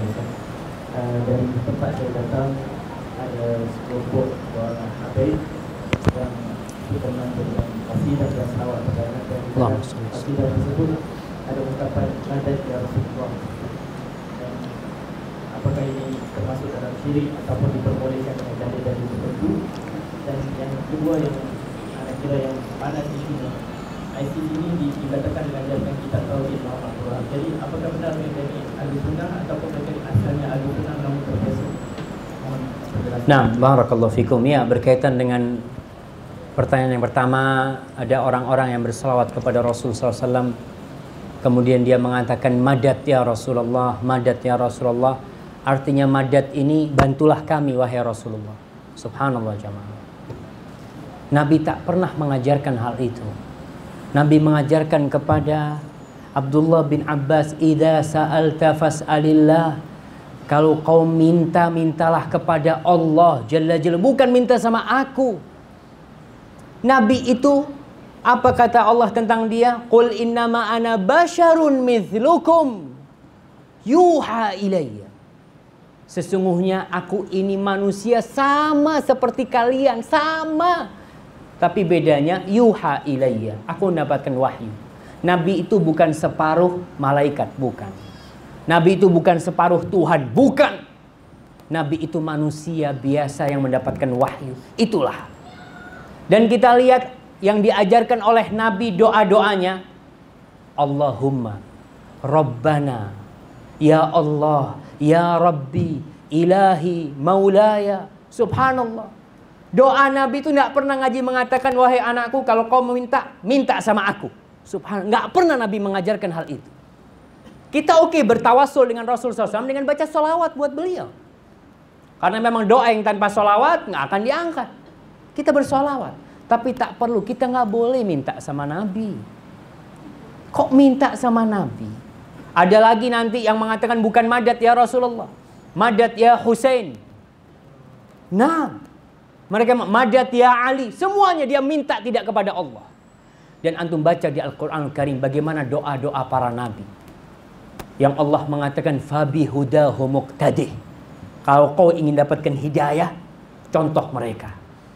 Doanya Nabi Ibrahim apa? Rabbi ji'alni muqimas salah wa min dzurriyyati. Rabbi, ketika selesai bangun Ka'bah, apa kata beliau? Rabbana taqabbal minna. Rabbana, tuh tawassul yang diajarkan. Rabbana, Rabb kami. Jamaah, Allah itu mendengar apa yang terbetik di hati kita. Rasul sallallahu alaihi wasallam tak tahu. Beliau manusia biasa. Kita diperintahkan untuk bersalawat. Naam. Seorang mukmin, salah satu ciri ahlus sunnah wal jamaah, dia banyak bersalawat. Tapi tidak melebihkan Nabi di atas makomnya. Kita mencintai Rasul, kita mengikuti sunnahnya. Itu bukti kita cinta kepada Rasul SAW. Tapi kalau kita minta sama Rasul, tidak. Nabi tidak mengajarkan hal itu. Kalaupun Nabi mengajarkan hal itu di masa hidup beliau, iya, sahabat datang kepada Rasul, ya Rasulullah, aku ini punya pasal gini Rasul, doakan. Naam. Tapi selesai ketika Rasul SAW wafat, ya sudah, beliau sudah berpindah dari alam dunia ini ke alam barzakh. Beliau hidup di kuburnya, tapi dikubur di alam barzakh. Bukan seperti sekarang orang kita gali. Apa bisa kalau kita gali kuburan Nabi, Nabi kemudian bangun lagi kumpul sama umat? Nggak mungkin. Beliau sudah meninggal, sudah wafat, tapi hidup di kehidupan yang berbeda di alam barzakh sana. Yang alam barzakh itu kita tahu berantara dunia dan akhirat. Maka masalah madad ya Rasulullah, janganlah. Sebagian ulama bahkan memasukkan itu termasuk meminta kepada selain Allah, dan itu perbuatan yang dilarang, masuk kepada syirik bisa jadi. Maka hati-hati ketika orang mengatakan hal itu, tolong dipelajari kembali, dilihat, dicontoh Rasul SAW. Kalau Nabi memang mengamalkan, ya kita amalkan. Ini perintah Nabi ngomong suruh madad ya Rasulullah, ya udah kita amalkan. Tapi kalau Nabi tak suruh, kenapa kita pakai? Allah tak suruh, kenapa kita amalkan? Apa kita lebih tahu dari Allah dan Rasulnya? Dan doa-doa sudah ada contohnya. Ketika sholat doanya apa? Rabbil firli warhamni, subhanallah. Ketika istiftah, Allahumma ba'id baini wa baina khatayaya, Allahumma, subhanallah. Itulah tawassul yang dianjurkan oleh Allah dan Rasulnya. Maka contoh kita di sanalah. Kalau memang itu ada di Al-Quran dan Sunnah, kita amalkan. Nggak ada, ya tak perlulah. Bahkan itu berbahaya buat agama kita. Yang kedua, masalah ISIS. ISIS ini bahasa Arabnya apa? Ada yang tahu? Daesh, nam? Daesh, daulah Iraq wasyam. Al-Islamiyah itu saja. Al-Islamiyah, negeri Syam dan Irak al-Islamiyah. Apakah mereka itu ahlus sunnah wal jamaah? Kita sebagai orang awam, ketika ada masalah yang pelik, tanyakan kepada ulama. Allah mengatakan fas'alu ahla dzikri in kuntum la ta'lamun. Kita lihat bagaimana ulama-ulama yang ada di yang ada di Syam. Syam itu mana aja jemaah? Yordania, Jordan, Palestina, Syria, Lebanon. Itu ulama-ulama yang di sana. Kita tanyakan kepada ulama-ulama ahli sunnah wal jamaah yang ada di Irak. Kita tanya kepada yang ada di Timur Tengah, yang mereka ulama-ulama. Kita tanya kepada mereka, bagaimana pandangan mereka terhadap Daesh. Karena ada orang-orang yang menghukumi Daesh, ilmunya sedikit. Kita kasih contoh, ada seorang ulama terkenal di dunia ini. Bahkan orang-orang mungkin punya bukunya. Dia dulu puluhan tahun yang lalu sampai lepas tahun kemarin, dia itu selalu memuji Hizbullah. Dia katakan Hizbullah di Lebanon itu berjihad di jalan Allah terus. Ulama-ulama lainnya mengatakan Hizbullah adalah sesat. Mereka adalah Syiah Rafidhah. Mereka adalah orang-orang pembunuh Ahlus Sunnah wal Jamaah. Si ulama tetap bela-belain, tapi akhirnya dia baru sadar. Ternyata dia salah. Maka kita hati-hati ketika mau bertanya, tanyalah pada ulama yang benar. Bagaimana pandangan mereka tentang Daesh ini, tentang ISIS ini. Syekh, banyaklah ulama-ulama Syam, Suriah, Irak. Salah satunya Syekh Sa'ad Asy-Syadzili yang pernah datang ke Indonesia. Dia ketika ditanya tentang Daesh, dia mengatakan kalau melihat perjalanan ISIS ini, mereka itu dulu Al-Qaeda, dan para ulama sudah menjelaskan bahwasanya Al-Qaeda adalah termasuk teroris dan khawarij. Kemudian mereka melihat ketika berangkat ke Irak, Al-Qaeda berangkat ke Irak, kemudian menjelma menjadi ISIS, dan mereka perang sama Al-Qaeda. Mereka perang sama Al-Qaeda ini dua. Syekh Sa'ad Asy-Syadzili melihat Daesh ini dimotori, digerakkan oleh partai Ba'ath. Tahu partai Ba'ath? Partai Ba'ath itu partainya Saddam Hussein. Jadi di Irak itu ada komandan-komandan Saddam Hussein yang dia masih hidup. Dan dia ingin mengembalikan kekuasaan mereka. Mereka menggunakan orang-orang Islam. Dipakai itu. Karena kalau ngomong Islam, oh jihad, mereka berangkat. Tapi digerakkan oleh mereka. Ini kesimpulan yang diambil oleh Syekh Sa'ad Asy-Syadzili. Dan mereka, na'udzubillah min syarrihim, mereka itu membunuh siapa saja yang tidak mau bergabung dengan mereka. Karena ketika mereka mengumumkan khilafah Islamiyah, siapa saja, jadi di Irak, di Syam itu banyak mujahidin, dari kelompok-kelompok kecil yang berjihad di kampung sana, dia berjihad di sana berkampung. Semua kelompok yang tidak mau bergabung dengan ISIS dibunuh sama mereka. Na'udzubillah min dzalik. Dan mereka juga di mana-mana berusaha membuat teror, dan kita sebagai Ahlus Sunnah wal Jamaah tidak boleh mendoakan bagi mereka kecuali memintakan hidayah buat mereka. Semoga Allah memberikan hidayah kepada mereka dan mengembalikan mereka kepada kebenaran dan tidak tertipu. Itu pendapat yang menurut saya yang lebih benar di antara pendapat-pendapat para ulama. Kalau dikatakan tadi mereka mengajarkan kitab tauhid, mereka mengajarkan Al-Qur'anul Karim. Orang-orang Khawarij di masa Ali bin Abi Thalib, Rasul menceritakan tahqiruna salatakum ma'a salatihim. Salat kalian nggak ada apa-apanya dibanding salat mereka. Ibadahnya mereka lebih dahsyat. Mereka baca Al-Quran tapi tak sampai ke hati mereka, cuma sampai di tenggorokan mereka. Kemudian Nabi mengatakan yakhrujuna minad din kama yakhrujus sahmu minar ramiyah. Mereka keluar dari agama seperti anak panah keluar dari buruannya. Tembus gitu, seperti itu. Maka hati-hati, kita harus berhati-hati. Ini termasuk penyakit syubhat. Kalau ada masalah apa-apa, kita kembali kepada para ulama, kita tanyakan kepada mereka, karena mereka yang diberi ilmu oleh Allah Subhanahu wa taala. Wallahu a'lam bishawab. Baik, ini mungkin dalam pertanyaan terakhir, Ustaz. Alhamdulillah. Jadi sebelumnya juga saya mohon maaf kepada para ikhwan yang sudah memasukkan pertanyaan. Insya Allah mudah-mudahan nanti Ustaz Reza memberikan nomor handphonenya kepada kita, untuk langsung telepon SMS beliau. Boleh Ustaz? Tambah nggak dijawab, Ustaz. Oke, ini ada satu pertanyaan dan saya kira pertanyaan ini sangat penting. Ustaz, bagaimana pandangan antum tentang usaha membersihkan jiwa dengan menyepadukan unsur agama dengan agama lain seperti ESQ? Apa tuh? ESQ yang ESQ itu. Nah. Bagaimana membersihkan jiwa dengan cara seperti itu? Yaitu kita punya Al-Quran dan Sunnah. Tadi kita udah tahu aturannya untuk tazkiyatun nafas, untuk mensucikan jiwa kita itu adalah Al-Quran dan Sunnah. Kalau ESQ ini ada penyimpangan, maka kita tolak.